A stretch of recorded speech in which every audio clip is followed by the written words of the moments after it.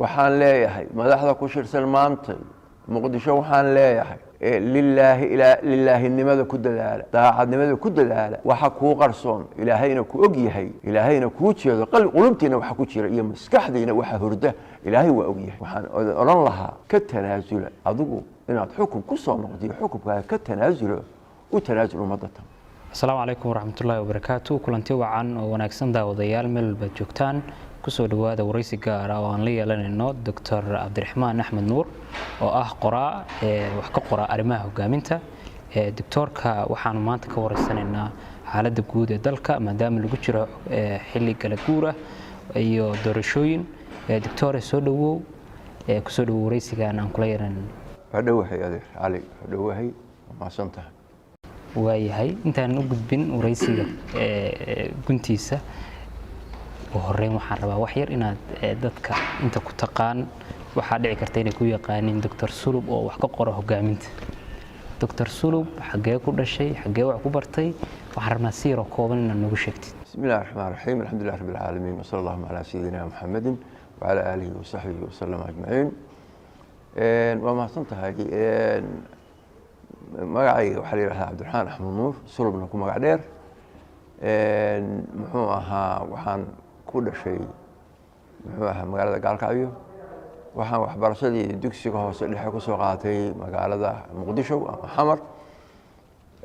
jaamacadda waxaan kaga qaatay heerka koowaad waxaan kaga baxay jaamacad la yiraahdo King Abdulaziz University oo ku taala dalka Sacuudiga magaalada Jidda. masterska iyo PhD-ga waxaan ka qaatay laba jaamacadood ku yaala Mareykanka Washington DC. mid waxaa la yiraahdaa Howard University waa taa masterska ka qaatay. PhD-gana Georgetown University baan ka qaatay. jaamacado badan baan soo dhigay. Georgetown laftigeeda waa dhigi jiray. waxaan kaloo dhigi jiray jaamacad la yiraahdo Qura University Sacuudi ku taal. Albaha University jaamacad la yiraahdo waa dhigi jiray. bariga Afrika oo ku taal maaragta Soomaaliya magaalada Garowe waa dhigi jiray. marka jaamacadahaas oo dhan baan soo maray. waxaan qoray buugga kan la yiraahdo 50 iyo 60 xeer ee hogaaminta. taariikh dheer buu leeyahay buuggaas iyo waxa ugu bixiyay inaan hogaaminta wax ka qoro. muxuu ahaa waxaan arkay in muxuu ahaa dalkii Soomaaliya uu dhaqaaqi kari waayay kici kari waayay socon kari waayay isbedeli kari waayay. taasa marka iyo khilaafkii oo batay. markaas waxaan sidee khilaafka loo zuuliyaa khilaafka see maaragtay wax looga qabtaa.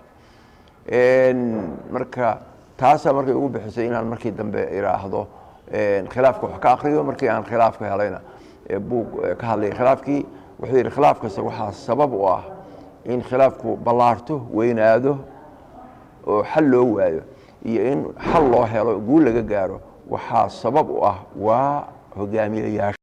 waa hagaag Dr. aad u mahadsantahay siday kooban ee aad nagu soo koobtay taariikh nololeedkaaga iyo waliba hoggaanka iyo buugaaga Laws and Leadership. marka xigta waxaan rabaa inaan ku weydiiyo hoggaan ama maamul ma noo qeexi kartaa wuxuu yahay? hoggaan ama hogaamiye waad garanaysaan ereyga Soomaali weeye. markii waliba dadka miyiga jooga si fiican u garanaya. qof baa wuxuu isku xirayaa ratigu maaragta xarig ku xirayaa ratigii buu maaragta wadayaa la soconayaa raacayaa ratigu meesha qofku uu geeyo wuuna tagayaa. hoggaanku waa kaas. dadka markii loo eego waxa weeye dad baad kaxaynaysaa wadaysaa meel geynaysaa. dabcan waa kala duwan yihiin oo neefka kan xayawaanka ahay badi waxaa laga yaabaa inuu ku ogolaado oo maaragta ku raaco oo marna ku diidin. soo gaar adoon rati qooqan ahayn. madaxdu laakiin binaadamku waa ka duwan yahay. mar buu ku raac qofkii madaxa raacaya mar buu diidaya mar buu ka haraya mar buu maaragta asbaab baa jirta marka lagu raaco marka madaxdii ama looga haro oo ah inay kalsoonidii lagu qabay qofka raacaya ama dadka raacaya ay waayaan kalsoonidii ay ku qabeen iyo rajada ay rajaynayeen iyo meesha uu rabo inuu geeyo meel barwaaqo ah oo fiican in ay tahay. taa markii la waayo ama maaragta la yiraahdo meel dhib badan buu kuu wadaa qofka kale ama ku geynaya, markaas waa laga haraya. Marka ama dan gaar ah ama dan gaar wax ku hogaaminaya ama dan guud meel maslaxada guud buu ku hogaaminaya meel ay faa'iido ugu jirto. marka way kala duwan yihiin, laakiin hoggaanku waa noocaas. waxa weeye si ka duwan dad madaxda waxa ka noqon kartaa madaxdan waxa ugu hooseysa oo madax u noqoto waa naftaada. waxaad hogaamiso waxa ugu horeeya waa naftaada. waxaad maaragtaa wax ka qabato wax ka bedesho ugu horeeya waa naftaada. kadib baa waxa ku xigaya koox, waa ku xigaysa urur, sharikad, wasaarad, dowlad ku soco isbeddelku saas ku socda. su-aashii labaad aan ku weydiin lahaa waxay ahayd imise nooc ayay u kala baxdaa hoggaanku? hoggaanku noocyo fara badan buu u kala baxaa. waxaa la yidhahdaa hoggaanku waa mid amar baad bixinaysaa, amar bixi, controlna amarkaad bixiso iyo sidaad yeesho waa in la yeelaa. wixii yeeli waaya amarkaad bixiso iyo sidaad rabtidna waad la dagaalamaysaa. si kastoo kula dagaalamto, haddaa af kula dagaalami kartid, adin kula dagaalami kartid, lacag iyo laaluush kula dagaalami kartid, ciidamo iyo xabad kula dagaalami kartid. command and control leadership baa la yidhahdaa. madax badan baa isticmaasha. madaxda Africa waxaa la yidhahdaa waa dictatorska badi isticmaala, ama militariga ayaa isticmaala amar iyo fulintiis iyo controlidii. kaas waa nooc waxaa jira democratic leadership la yidhaahdo, oo ah dadkiibaad tala weydiinaysaa, isku keenaysaa, laga tashanaya, taladii loo bato oo la jeclaado oo la difaaco oo laisku raaco, taladaas la fulinaya. waa democratic leadership. marka waxaa jira situational leadership oo ah hadda xaaladda la marayo qofka ku habboon ayaa la geynaya. tusaale haddaan ku siiyo, doon baad wadateen, badweyntaasaan mushaaxayseen, doontii baa idinka jabtay, batroolka idinka dhamaaday, waxaad rabtaan inaad maaragta jasiirad baa aragteen, jasiiraddii baad istaajiseen. marka waxa weeye saddex baad tihiin, nin waa askari, ninna waxa weeye waa muxuu ahaa fuundi aqalada dhisa, midna waxa weeye askari iyo fuundi, iyo midna waa beeraley. tusaale waxa weeye markaas waxaad warreer dhahay dhaxan baan haysay, maxaan samaynaa? waxaa la guri inaad dhisataan, waxaa hoggaanka qabanaya ninkii maaragta injineerka ah, fuundiga ahaa. haddaad tidhahda gaajo nooga caddahay, maxaan samaynaa? waxaa la wareegay beeraleyda cuntada soo saaraya. haddaad tidhaahdaan war amni baa u baahanaya, waa baqaynaya, kii maaragta militariga ahaa baa maaragta afka qaadaya. xaaladuhu waa kala duwan yihiin, styles waa kala duwan yihiin. authoritarian qaybo kala duwan ayaa jira oo hoggaaminta ah. qof waxaa jira maaragta laissez-faire la yidhaahdo, oo waxa weeye waxbuu hogaamiye ka dameeya malaha oo la xisaabtamaya mas-uuliyaddii saarnayd inuu ka soo baxay, intuu ka soo bixi waayey weydiinaya ma jiro. maalan wayna dhacdaa, aad bayna ugu badan tahay afrikaanka. nin madaxweynaha magacaabaya prime minister ama wasiiru magacaabaya, prime ministerka wasiirro magacaabaya, meeshaas uga haraya sidaa artidiyaal. marka kaliya oo maaragta lala xisaabtamo marka dambe iska hor yimaadaan, waxay markay iska hor yimaadaan ama hadal ka diido ama hadalkaani mudane waa khaldan yahay ama saana ka fiican markuu yidhaahdo, markay iska hor yimaadaan markaas kaliya buu maaragta baraarugaado oo ku dadaala ama ku fakera inuu ka qaado mansabkii uu hayay. inta ka horeysa oo yaseer uu leeyahay waa hagaag, waa maqlayo hadalka macaan dhahayo, adaa wax kaa fiican ma jiraan dhahayo mudane, markaas iska hor imaan mayaan, waana maaragta raacaya maaragta. marka qayb buu ka yahay miyaa noocyada hoggaanka? noocyada hoggaanka qayb yahay. noocyada hoggaanka qayb yahay. marka waxaad soo sheegnay in dictatoriyad, hoggaan dictatoriyada, hoggaan dimuqraadi ah iyo hoggaan xaaladaha kala duwan ku siman. saddexdaas ku soo koobnay iyo waa badan yihiin. iyo hoggaan markii la magacaabo, hoggaanada loo magacaabo aan lala xisaabtamin. hogaamiyaal aan lala xisaabtamin. ama baarlamaan lala xisaabtamo, ama shacab lala xisaabtamo, ama hadduu prime minister yahay wasaaradiisa la xisaabtamo, hadduu madaxweyne yahay ra-iisul wasaarihiisa la xisaabtamo. inaan xisaabtan jirin nooc ka mida weeye, hogaaminta ka mida weeye. waa hagaag. marka hoggaanka transformation leadership baa jira. hogaamiye wax bedela, isbedel keene, wuxuu ka fakerayaa sidee wax bedelaa. hogaamiye waxaa jira xalliye, mashaakil sidee loo xalliya. hogaamiye waxaa jira dhise, abuure, koriye, kobciye hogaamiyeyaasha soo socda.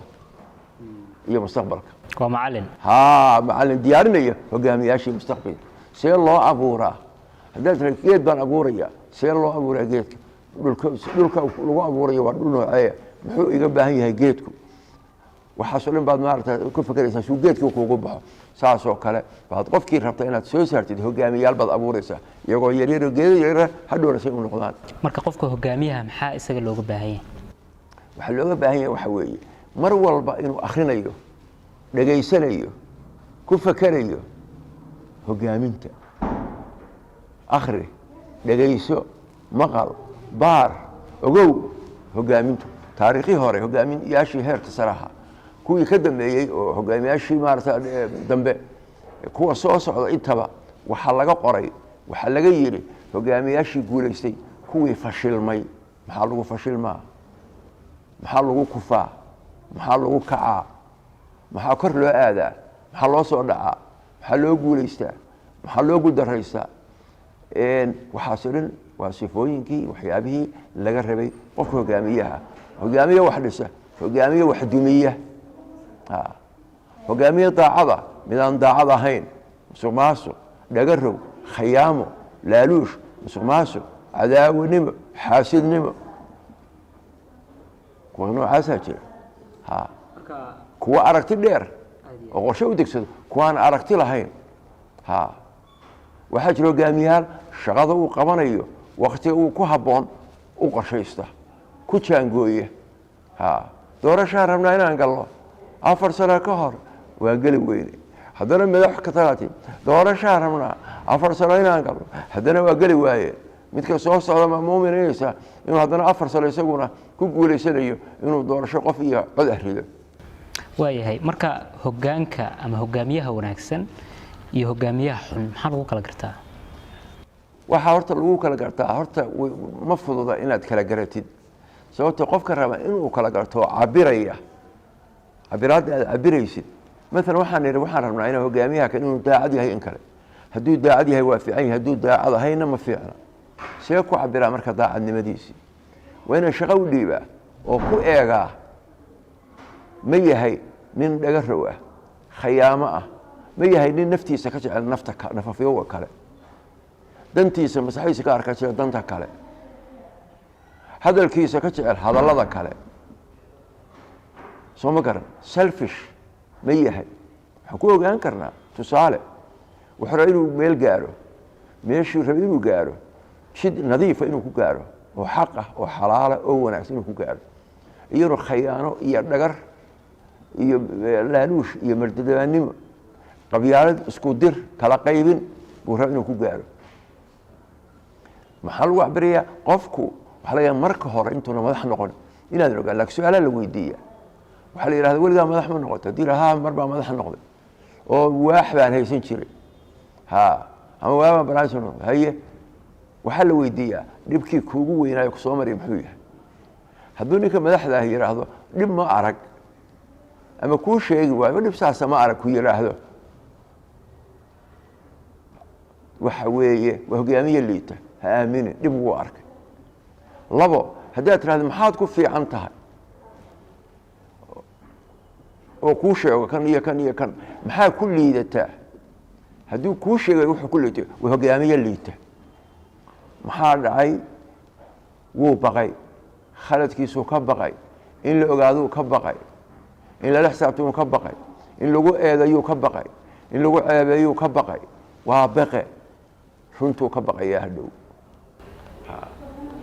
marka hogaamiyaha wanaagsan maxaa isna lagu gartaa?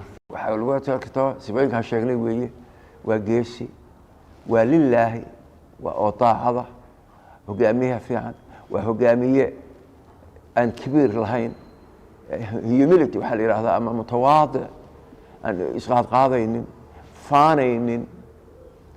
hogaamiyaha fiican lagu gartaa hogaamiye waxa weeye aragti foog samaysta hogaamiye waxa weeye arrimuhu say u kala horeeya u kala muhiimsan u kala hormaraya.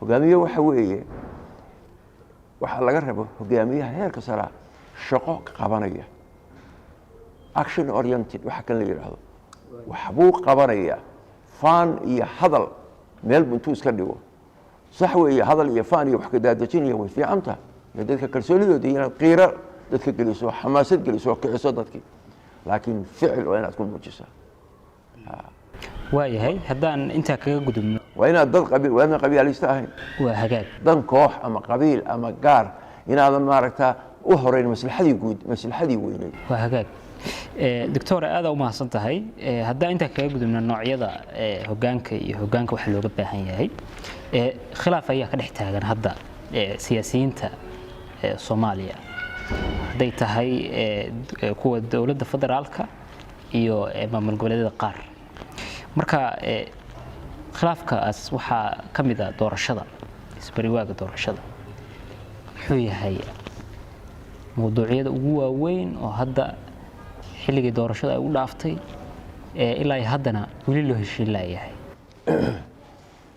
waxaa loo heshiin laayahay jawaabtii haddaan soo koobo waa madaxda waxaa loo heshiin waayey waa nooca madaxdeenna sax weeye khaladka wuu kala weynaan karaa la kala leeyahay laakiin madaxnimadu door bay ka qaadanaysaa haddaad fiirisid maalan waxaad soo qaadaa wakti doorashada in loo qabto maxaa keenay doorashada dadban doorashada dadban waxaa keenay dadka madaxda ah oo markaa kursiga ku fadhiya baan u diyaarin ummaddu inay u dareeraan doorasho qof iyo cod ah sababtu maxay tahay dadku u diyaari waayeen kow maba rabo qofka kan wuxuu leeyahay haddii qof la doorto ama doorashadii qof iyo coda timaado waxaa laga yaaba in laan lagu dooran sidaas daraaddeed ha diyaarin qof iyo cod intii lagu doorasho waayi lahayd badso waxaa laygu dara dheh xukunkiibuu rabaa ma laha honesty maaha ma laha waxaan rabaa qof cod iyo cod intay dhacdo weliba in la doorto qofka ummaddu ay dooratay oo ugu jecel yihiin haddaan adigu noqdo alxamdu lilah haddaan noqon waayo alxamdu lilah qofkii noqda oo ummaddaasu rabto taa ma raba qofkii ma diyaar garoobayo ma diyaar garinayo wakti ku bixin mayo fakar ku bixin mayo marka madaxda hadda tiri baa carqalad ah ama sabab u ah maxay noqon kartaa marka mar waa daacad darro oo ma rabo unwillingness ma rabo marna waxa weeye inability maba yaqaan sidii loo diyaarin lahaa wax looga qaban lahaa ma yaqaan lana kaashan mayo waxa yaqaana sidii lagu gaari lahaa doorashada qofka iyo codka markaasaa waxaa la yidhi kumeel gaar aan ka dhigano midaan dadban ismadu iyo nabadoonadu iyo soo qabanayaano soo magacaabayaan aan ka dhigano tiibaa haddana muran laga keenay waliba dowladda federaalku ka keenay madaxweynuhu ka keenay kuma talagelin wuu ogaa waqtigiisu inuu dhacayo wuu ogaa doorashadu inay dhacayso wuu ogaa mid dadban inay maaragta ay soconaynin 5 jeer baa la kulmay si arrintaa loo xalmiyo waa la xalli kari waayo sababtaa rabitaanku qofku madaxda hadduuna rabin waxaa kan wuxuu rabaa inuu soo noqdo oo soo galo mar labaad taasuu xoogga saaraya see ku soo gashaa waa inaan dad ku yeeshaa gobol walba see ku soo galaa waa inaan dadka xildhibaanada soo baxaya lacag siiya see ku soo galaa wixii iga hor istaagan waa inaan ka takhallusaa dadkaan raba inaan doorto waxaan rabaa gobol kasta qofka madaxda ka ahi waa inuu yahay qof aan aniga wato oo wax siiyey abaal aan ku leeyahay si uu igu abaalgudo oo madaxweyne see kuugu abaalgudaa wuxuu igu abaalgudayaa dad buu ii keenayaa xildhibaanaha oo ii codeeya sababtaa waxbaan siiyey oo meesha gaadhsiiyey oo inuu weliba madax noqdo baan lacag ku bixiyey anna waa inuu dadkii ii keenaa oo madaxweyne haddii si cadaalada ay noqon weydo oo dadkii intuu wax isdaba mariyo dad kale kuu keeno ka waran shaqadayda maaha nin talyaaniya oo buu qoray the prince la yidhaahdo alamiir ninkaas magaciisa machiavelli baa la ohan jiray nicolai machiavelli wuxuu qabay meesha aad rabtid inaad gaartid si kasta ku gaar xaaraan iyo xaalaan gardarro iyo gardarro la-aan tuuganimo iyo tuuga la-aan, dil iyo dil la-aan, dulmi iyo dulmi la-aan, si gaartid ku gaar waa inaad gaartaa. marka waddo kasta u maraysid waa inaad martaa. madaxdeen noocaas bay isticmaalaan oo khalad ah, xag eebbana khalad ku ah, xag dadkiina khalad ku ah. waa la arkayaa aadanaha kale markayna arkaanna khalad ku ah arkayaan. bal fiiriya soomaalida meeshay galgalanayaan. waaya khilaafaadka Soomaaliya ma madaxda kaliya ka yimaadeen? khilaafaadku dadku way iskhilaafaan, khilaafkuna ceeb ma aha, waana dabciga iyo abuurista aadanaha in khilaaf yimaado. wiil iyo aabiis baa iskhilaafaya, gabar iyo hooyad baa iskhilaafaysa, cid daris baa iskhilaafaysa, soo ma garan, dad madax baa iskhilaafaysa, dad saaxiibaha baa iskhilaafaya, nin iyo xaaskiis baa iskhilaafaya. khilaafku waa wax jira oo sunno ah, eebe waa natural. laakiin maxaa lagu kala duwan yahay? khilaafow yaa tahay. haddaan u arko khilaafku qof baan iskhilaafnay, markaan qofkii iskhilaafnay qofkii waxaan u arkay inuu cadowga yahay, khaladku halkaas ku imaanaya. cadow inuu yahay waxna ka dhegaysan mayo, waxna ka qaadan mayo, dhinaca hadalka meesha uu ka imaanaya eegi mayo. waxaan ku dadaalayaa inaan ka takhaluso, waayo waa cadowgay. cadowgana waa laga takhalusaa. dhibka isagaa wada, dhibka qori iyo qiiciisba waa la isla tuuraa bay su-aalidu yidhaahdaan. micnuhu waa qofka aan iyo isla tuur iyo madaxnimadiisa, sababtuu isaga weeye shar oo dhan isagoo ka soo burqaday. qofkii waad u arkaysaa waa khalad, waa waxyaala khaladka keena weeye. khilaaf waa jira. maxaa la rabaa khilaafka? 8 qodob baan lagu daaweeyaa. hadda maanta inoo suurtoobayso inaan gallo darsigaas dheer oo saacad u yaran qaadanaya. laakiin ku fiicnaan lahayd madaxdeenu inay dhegaystaan oo qaataan ku fiicnaan lahayd meelay joogaanba. waaya marka khilaafaadka adoo iisoo koobaya sidee lagu xallin karaa? khilaafku horta waxa weeye nooca uu yahay weeye. kow tan Soomaaliya hadda haysta tan taagan hadda doorashada wax labo qofka madaxda dadkii iskhilaafinaysa yihiin dabcigoodu. qof kasta shakhsiyadiisa iyo dabcigiisu seeyahay, wuxuu jecel yahay wuxuu necab yahay see kala yihiin, wuxuu ku qancay see kala yihiin, wuxuu ka tanaasulay wuxuu ka tanaasulay see kala yihiin, danta guud iyo dantiisa gaar see kala yihiin. waxyaalaha markii la ogaado baa xalkii fudud yahay la xallin karaa. hadda tusaale doorashada arrinta khilaafka ka yimid meeqa jeer laga shiray, meeqa jeer inteesa socday? 6 bilood buu socday. tii 7 baad hadda la marayaa dhammaan rabta. ugu yaraan 7 bilood buu socday. bishii 6aad buu bilaabay. bisha iyadoo waxaan leeyahay 6 bilood u hartay madaxweynaha waqtigiisu dhacay. 6 bilood iyadoo u hartay uu khilaafku dhacay. xagee ku dhacay? wuxuu dhoosa mareebkow. xagee ku dhacay? prime ministerkiisii baarlamaanka intii la tagay ha loo codeeyo ha la rido. oo maxaa lagu ridayaa lagu codeynayaa? wuxuu yidhi maadaama qof iyo cod aynan suurtoobaynin aanu samayno tii dadbanayd oo lagu heshiiyo. intaa keliya wuu ku mutaystay. awalna doonta way wada saaraayeen. qof iyo cod inaynan suurtoobayna doorasho dhici karinna isagu ma dhihin. guddigii doorashada Xalimo Yare baa tiri ma dhici karto haddaan waqtigaas loo ku daro intaana la gaarsiin ma dhici karto. Xalimo Yare waqtigeeda waxaa la rabay muddadooda 6 bilood 6 sano in ahayd baan filayaa. waxaa la rabay sanad walba inay daadihinayso intaasa oo dadka u sheegayso intaasa noo qabsootay, intaasa noo hartay, intaasa noo qabtootay, intaa noo hartay. markay ku yaraan kala marbarayso inay tiraahdo arrintuna waxay u socotaa inaanaan gaari karin sababtoo ah waxaan ugu gudban 1 iyo 2 iyo 3. haddaan 3 ama 4 jidgooyo haddaan la ka dhaqaajin ma gaari karna meeshii. iyadoo waqti badan harayo 3 sano ay u hartay la rabay in bilowdo. waxa laga yaabaa leadershipka backgroundga leadershipku in su'aal ay saarayd iyo time and task shaqada iyo waqtiga sidee buu hogaamiyuhu isugu wadaa. soo ma garan taasaa keentay. madaxdii marka muxuu qofkiisa ku fakaraya waxa weeye 6 bilood haddana 5 shir baa la galay.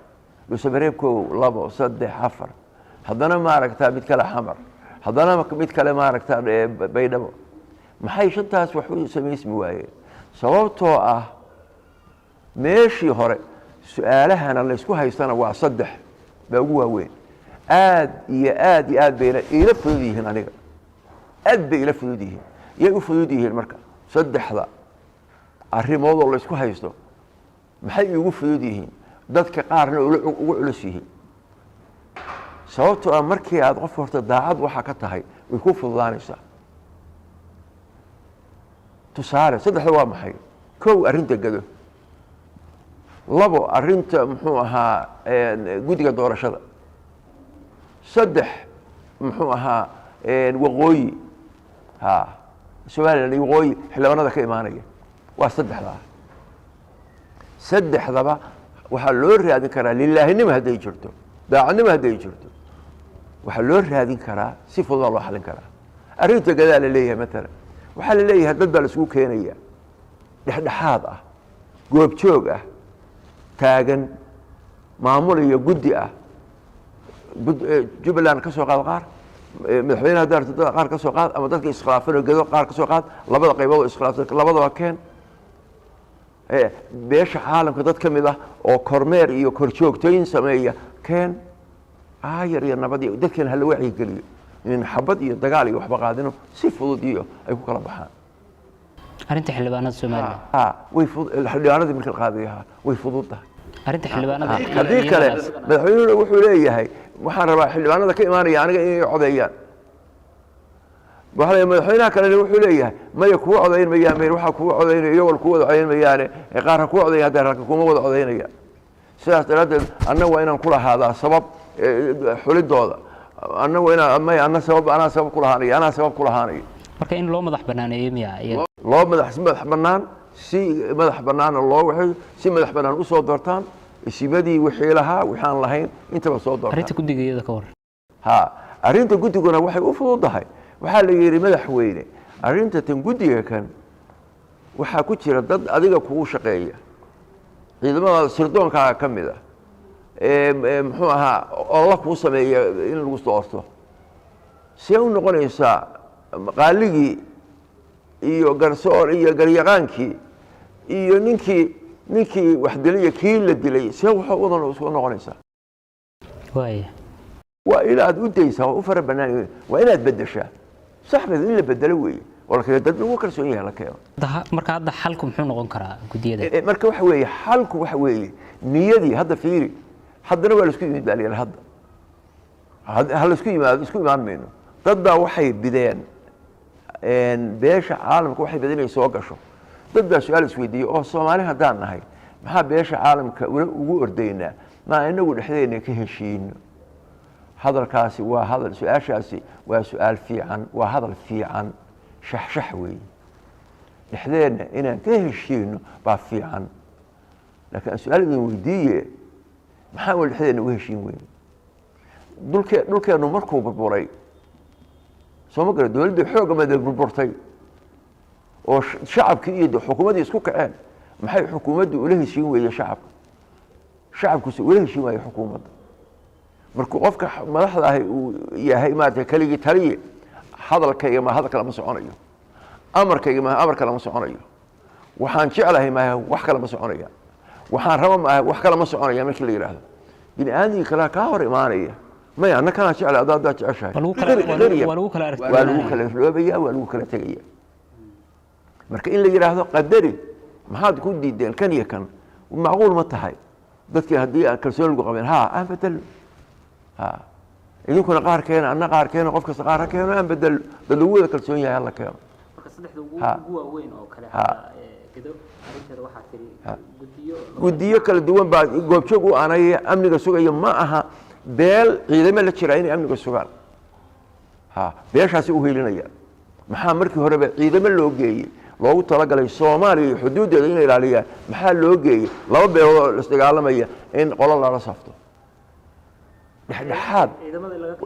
madaxweynuhu wuxuu yiri markuu xogtu xukunku qaban nabadoon baa noqonaya taas hadal bay ahayd ficilkii kama muujin waxa baydhaba ka dhacay eeg waxa Hirshabeelle hadda ka taagan eeg waxa galmudug ka dhacay eeg waxa gada ka dhacay waxaas oo waxay ku tusayaan nabadoon maahiye xukunka wuxuu ku hadlay waxa madaxweynuhu hadlaya 30 sano shaqo weyn saa u qabatay meel fiican u gaartay 30 sano waa inaa haysa 30 sano wuxuu inuu qabsado meesha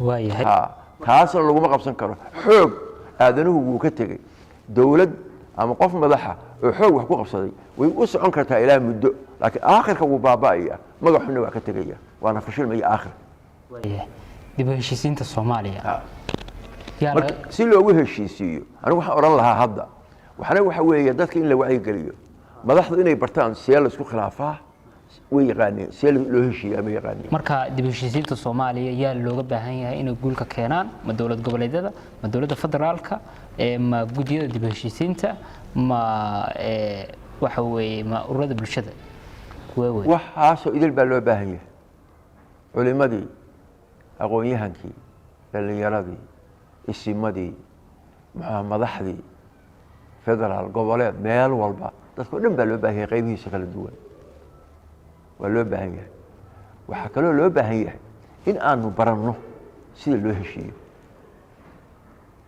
in aanu baranno sida loo doodo in aanu 3 nooc 4 nooc baa jirta oo khilaafa 4 nooc oo khilaafa jira xikri inagu labaan u badannahay 4 nooc khilaafa mid waxa la yiraahdaa khilaafka wax dumiya wuxuu dumiya xamadiso waxa ka soo horjeeda khilaafka wax dhisa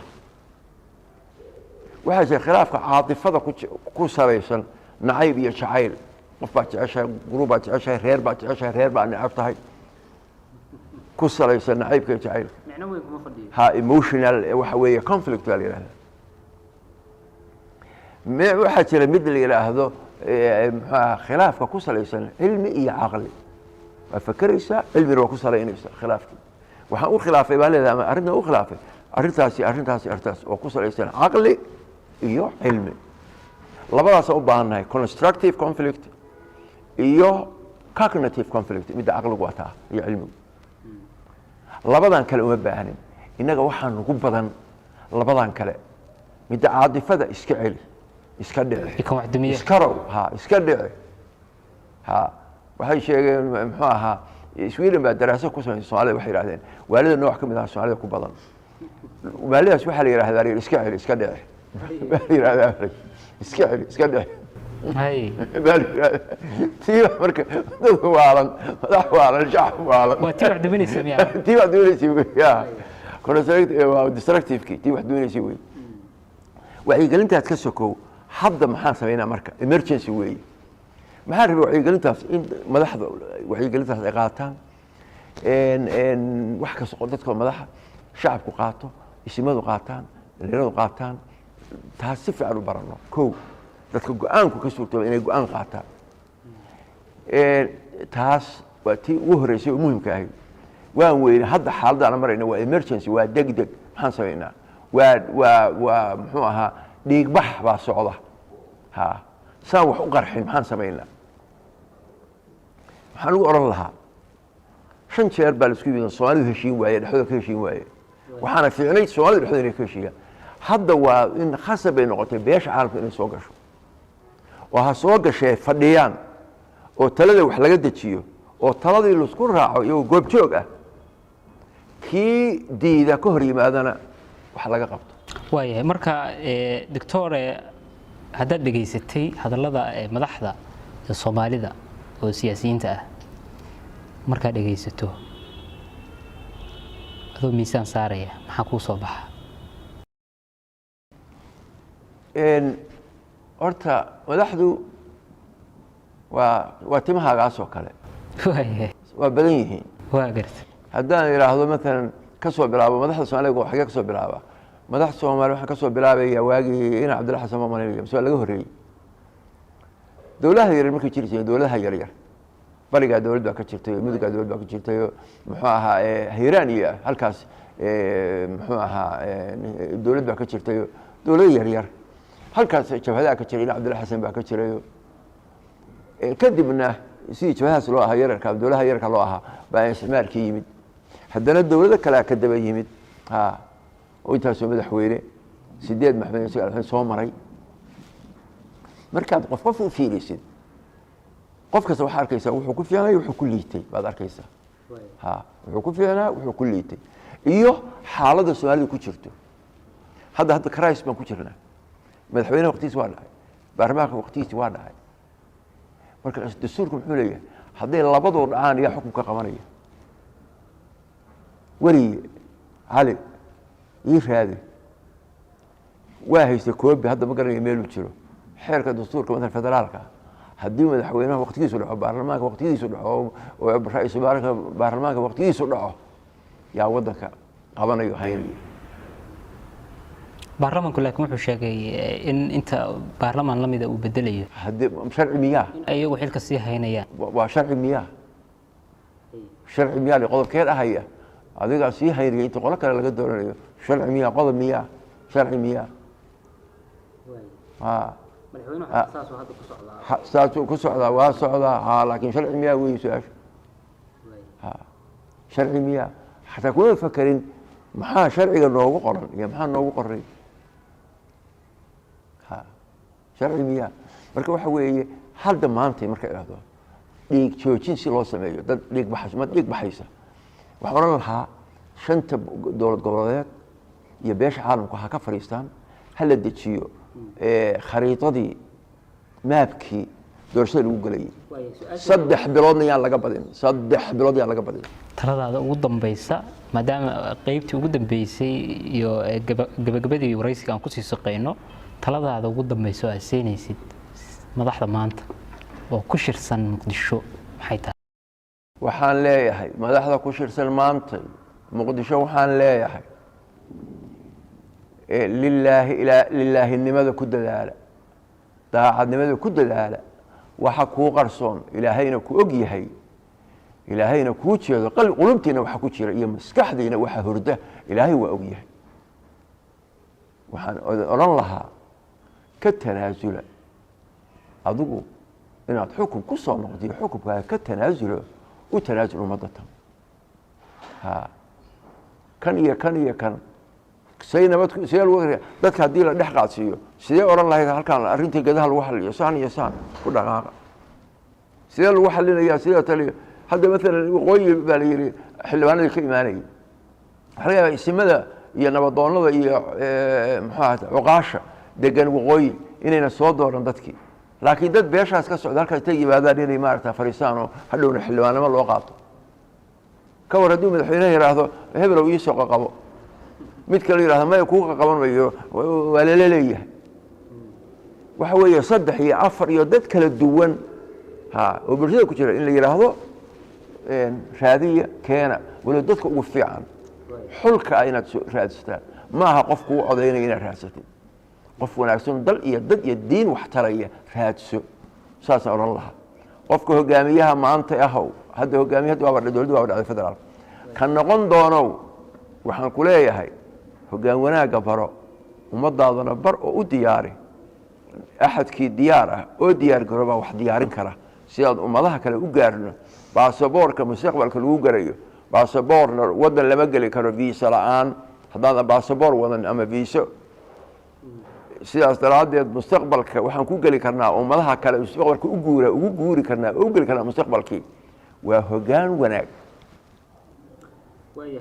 haddii kale hogaamiyayaasheenu ay liitaan saanu adduunka uga harnaa weligan uga dambaynayna daawadayaal intaasaan kusoo gabagabeynaynaa waraysi gaar ah oo aan la yeelanaynay Dr. Cabdiraxmaan Axmed Nuur oo wax ka qoray hogaanka gaar ahaan buuggiisa Laws and Leadership sidoo kalena ah bara jaamacadeed waxaan ahay Cali Dhoollayar oo idin la socodsiinay waraysigan intaan mid la mid ah aan ku kulmi doono daawadayaal nabadgelyo magacayga waa Saciida waxaan ka imaaday Soomaaliya waxaan deganahay magaalada Örebro ee Sweden Transfer Galaxy waxa iga saaciday sidaan lacagta si fudud ugu diro asxaabtayda iyo ehelkayga